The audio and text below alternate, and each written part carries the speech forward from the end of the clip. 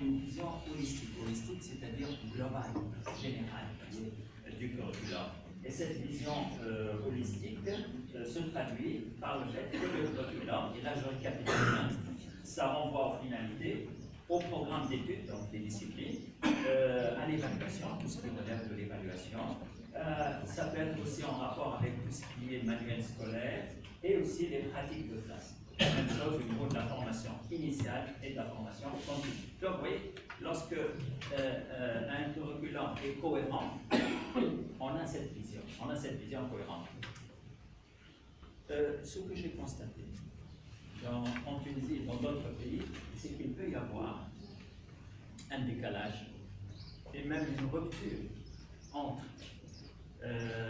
une approche qui est prévue par exemple, au niveau de la formation initiale des enseignants du primaire. Et donc, il y a un décalage, une différence entre cette approche-là, ça peut être par exemple l'approche par les objectifs, alors qu'au niveau du primaire, on applique une autre approche. Et ça, c'est grave dans un pays, et beaucoup de pays traversent justement ou connaissent cette difficulté-là. Il y a une conception du curriculum qui est définie d'une façon dans un cursus, alors qu'elle est différente dans un autre cursus. Or, l'université ou le centre de formation, l'institut, doit former pour le primaire, doit former pour le secondaire. Et donc, lorsque l'étudiant va sortir de ce cursus-là, va être confronté à une nouvelle approche à laquelle il n'a pas été familiarisé dans sa formation initiale. Ou bien, il peut y avoir aussi contradiction. Bon, j'ai eu la chance de parcourir plusieurs pays et j'ai vu justement qu'il y a des différences et des décalages. Par exemple, décalage entre la formation, l'apprentissage, une approche dans l'apprentissage et une approche dans l'évaluation. Or, ça peut renforcer l'échec scolaire, puisqu'il n'y a pas de conformité, il n'y a pas d'adéquation dans la conception du curriculum, entre la conception de la formation et la conception de l'évaluation.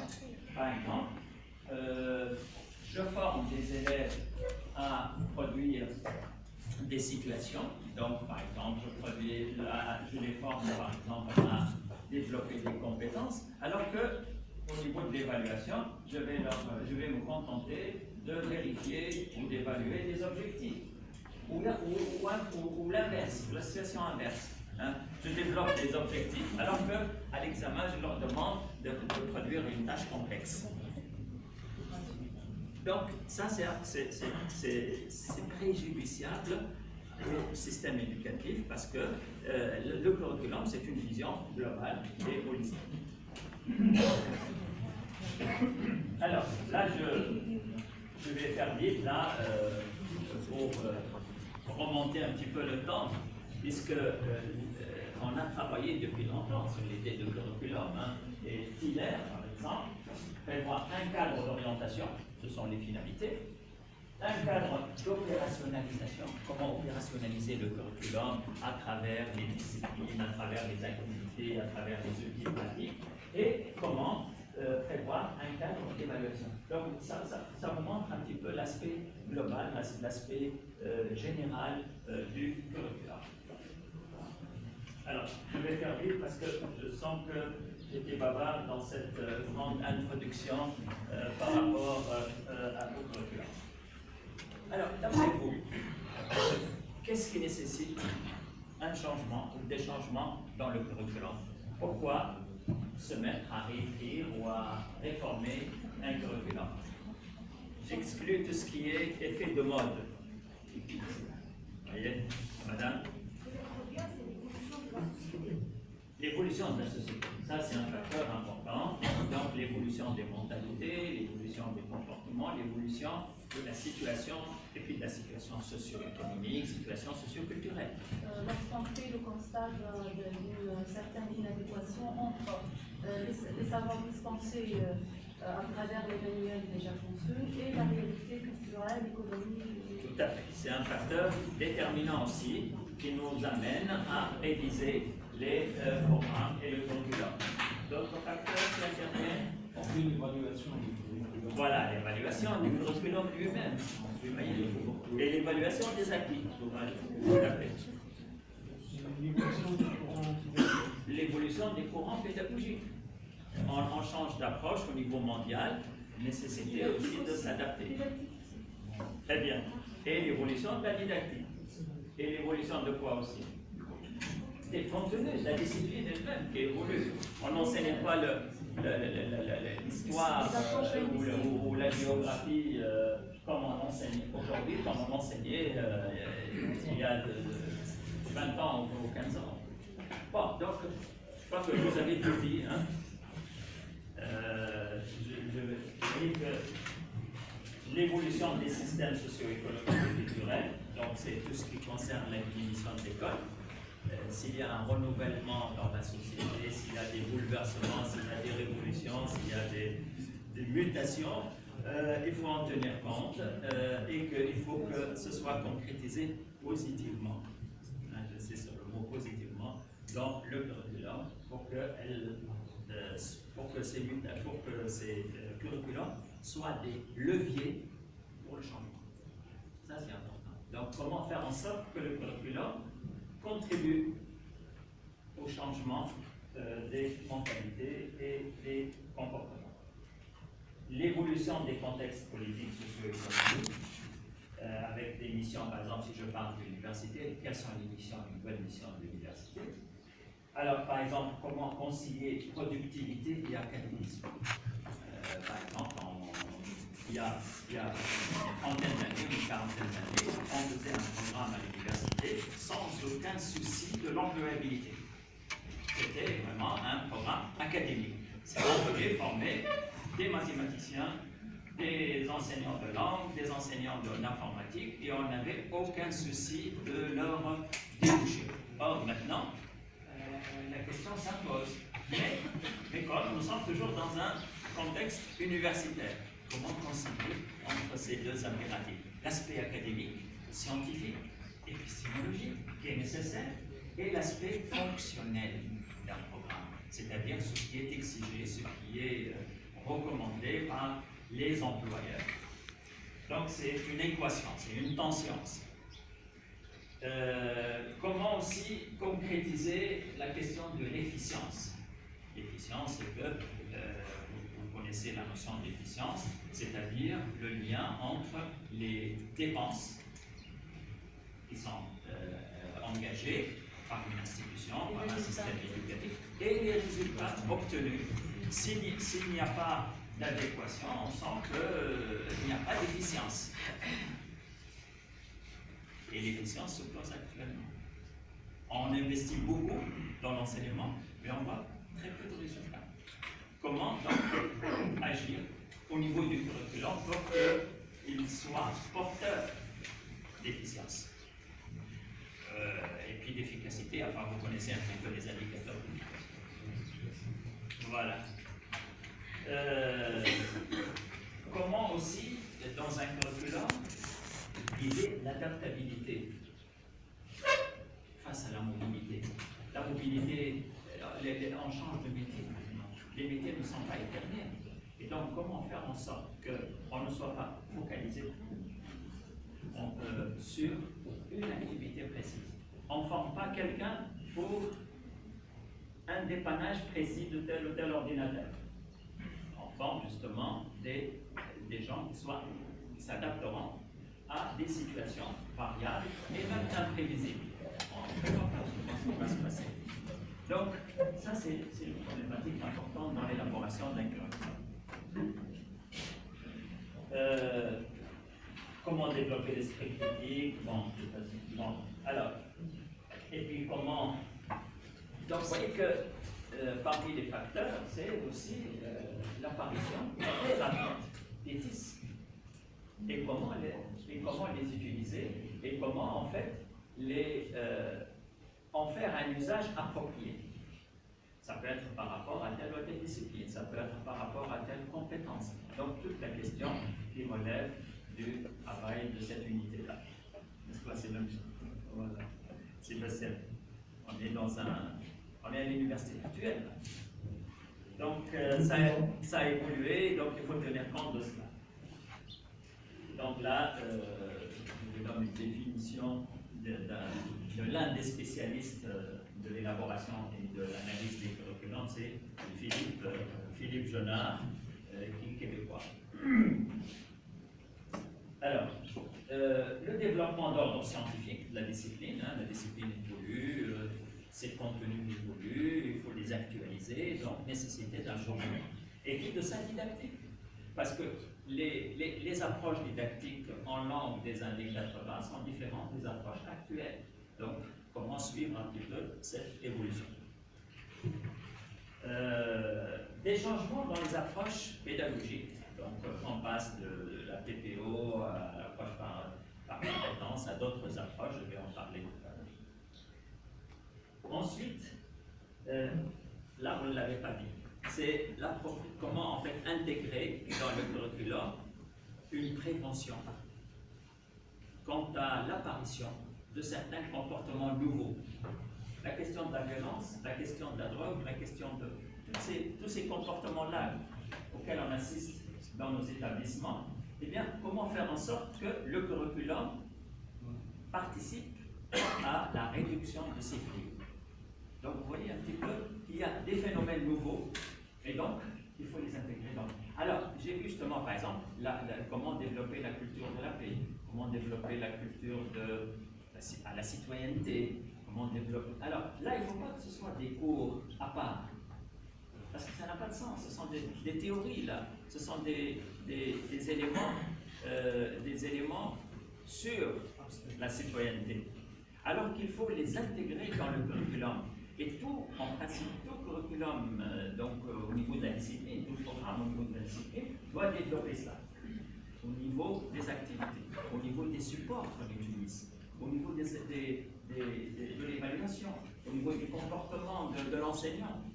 Vous voyez, donc, à un moment donné, on a commis l'erreur au ministère de l'Éducation de prévoir des cours théoriques sur le développement de la culture de la santé, ou bien l'environnement, la question de l'environnement.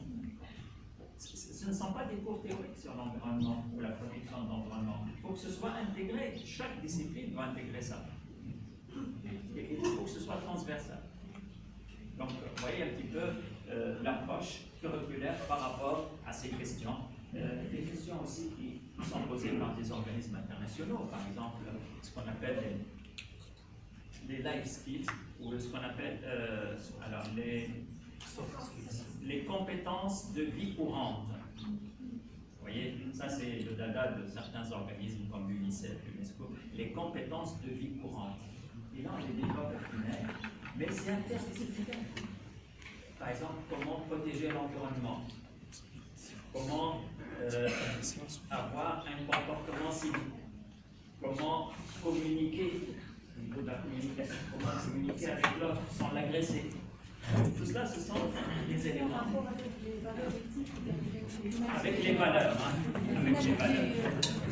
Parce que si vous dites valeurs éthiques, c'est un pléonasme. Donc avec les valeurs. Voilà. Bien.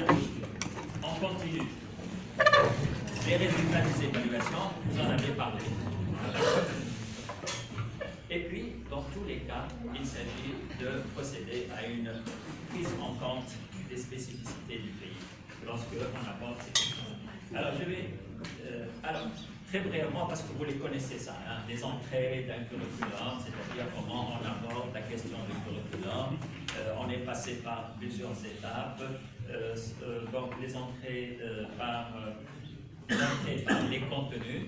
Par exemple, on est dans un programme, vous avez telle ou telle notion à étudier, tel ou tel thème développé, donc on ne voit pas de quoi il s'agit, mais il y a des intitulés, si je dis par exemple pour la cellule, les composantes de la cellule, les fonctions, je dis n'importe quoi, les fonctions de la cellule, la comparaison des cellules, bon, vous voyez. Mais c'est en langue, je dis l'adjectif, l'adverbe, la phrase simple, ce sont des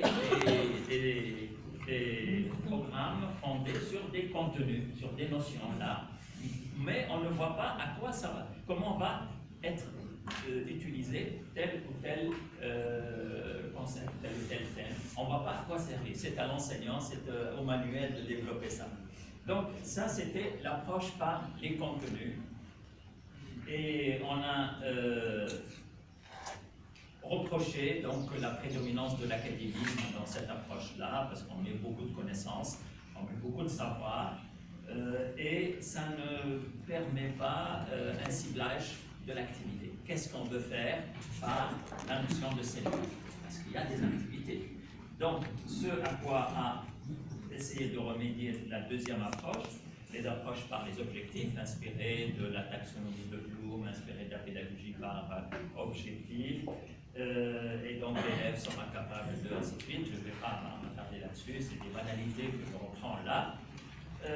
Et puis, c'est utile parce qu'on cible une activité, mais ça a l'inconvénient à ce moment-là d'avoir une juxtaposition, une séparation des objectifs sans la possibilité de les synthétiser, de les regrouper, puisque la société est complexe.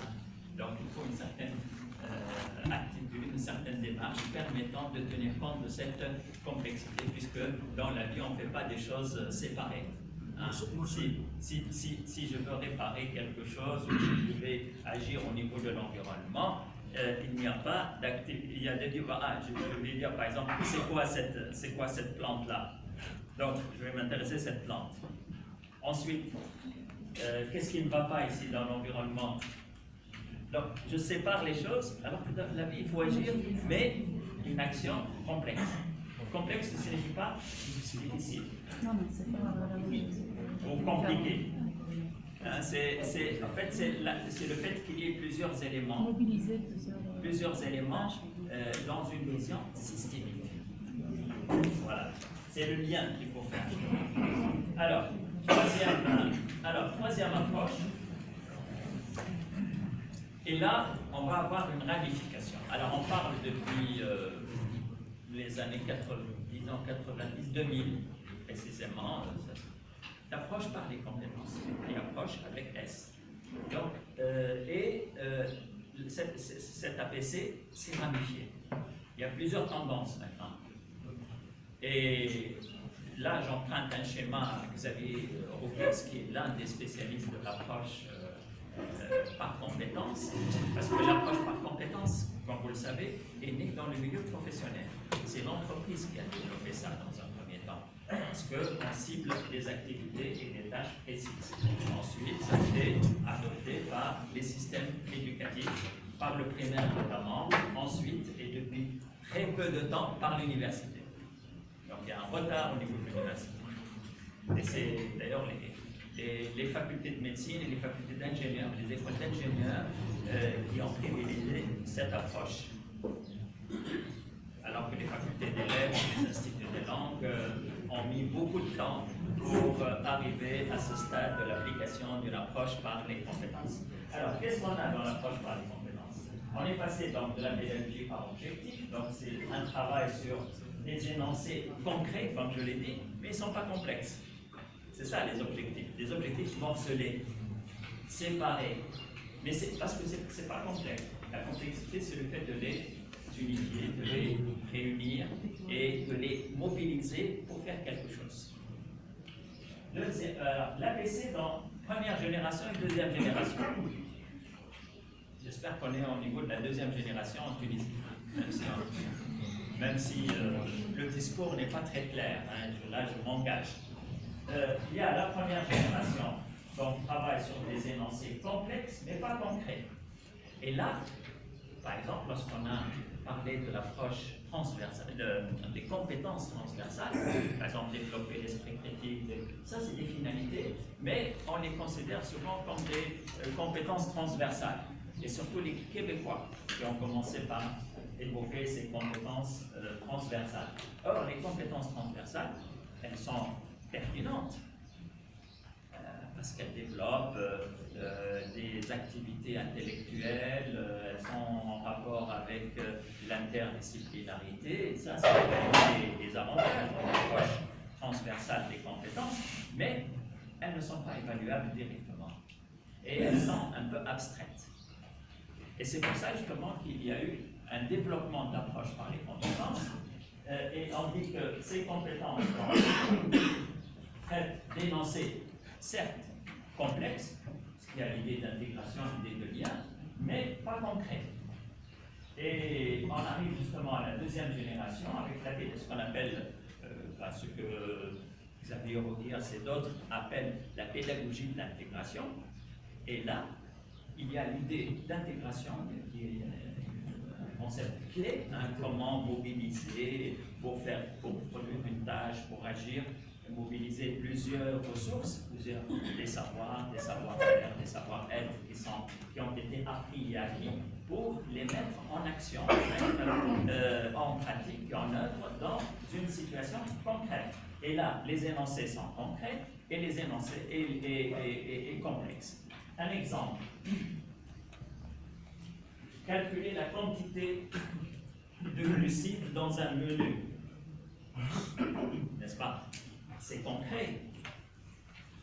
Parce que je vais voir la quantité. Vous voyez, je n'ai pas choisi d'exemple en langue. Donc, c'est pour que je puisse me mettre à l'épreuve. Donc, vous pouvez vous critiquer. Je peux accepter. Donc, se nourrir de manière équilibrée, c'est complexe, puisqu'il y a l'idée du système, l'idée de lien entre différents éléments, mais ce n'est pas concret, se nourrir de manière équilibrée. Or, composer un menu à partir d'une liste d'aliments donnée, la liste d'aliments, c'est déjà concret. Le menu, c'est complexe, parce qu'on ne mange pas un élément du menu. Hein. Le menu, c'est tout un système. Il y a un système gastronomique. C'est un ensemble. Donc, vous voyez un petit peu la différence entre l'idée de concret, l'idée de complexe et l'idée d'abstrait. Bon. Alors là, c'est une entrée par les compétences, donc je ne vais pas m'attarder là-dessus. C'est l'idée qu'on se réclame d'une approche constructiviste, donc vous connaissez tout ça. Je vais passer directement à l'aspect qui nous concerne de plus près. Et excusez-moi si j'ai débordé un petit peu, si même je peux. D'accord. Alors.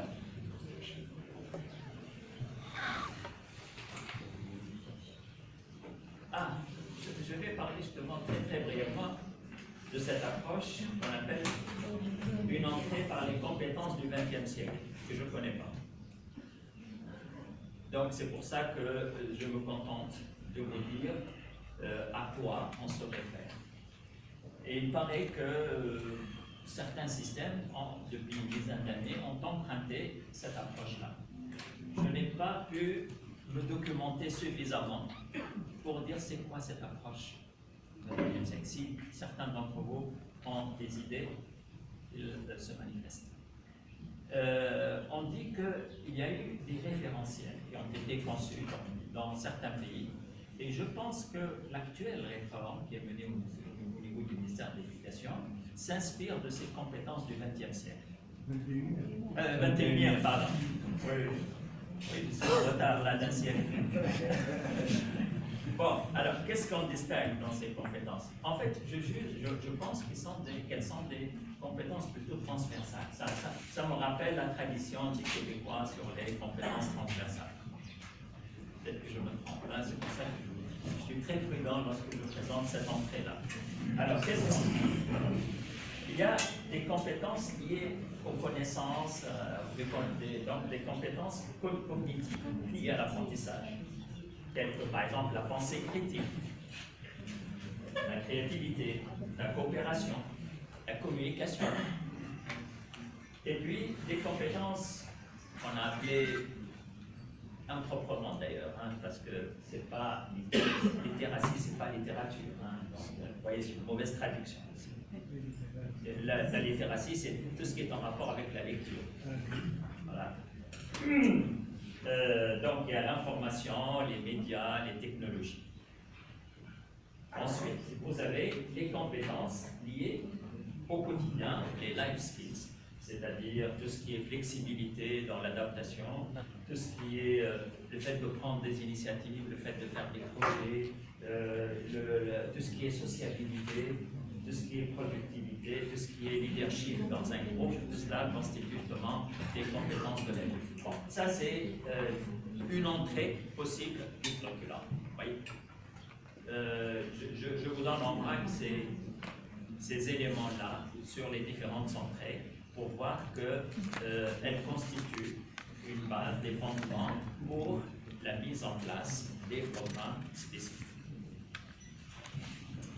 Alors, quelle est la question maintenant qui se pose et que j'ai évoquée au début, c'est comment concilier entre des aspects communs, des aspects transversaux, des modèles qu'on peut emprunter à la littérature internationale et la prise en compte d'un système éducatif dans ses spécificités. Et donc, comment articuler les approches pédagogiques et didactiques transversales, voire standardisées? Pourquoi standardisées? Parce qu'on nous parle de standards. Par exemple, les référentiels de qualification, c'est un référentiel européen pour les profs. Il peut y avoir aussi des référentiels des professions. Donc, c'est des standards, et qui sont même des standards internationaux ou européens. Le cadre européen, commun de référence pour les langues, c'est un standard. Vous voyez l'idée de standard. Oui. Pour les compétences de 21e siècle, il y a 6 compétences. التعاون بناء المعلومات والتفكير النقدي التنظيم الذاتي حل المشاكل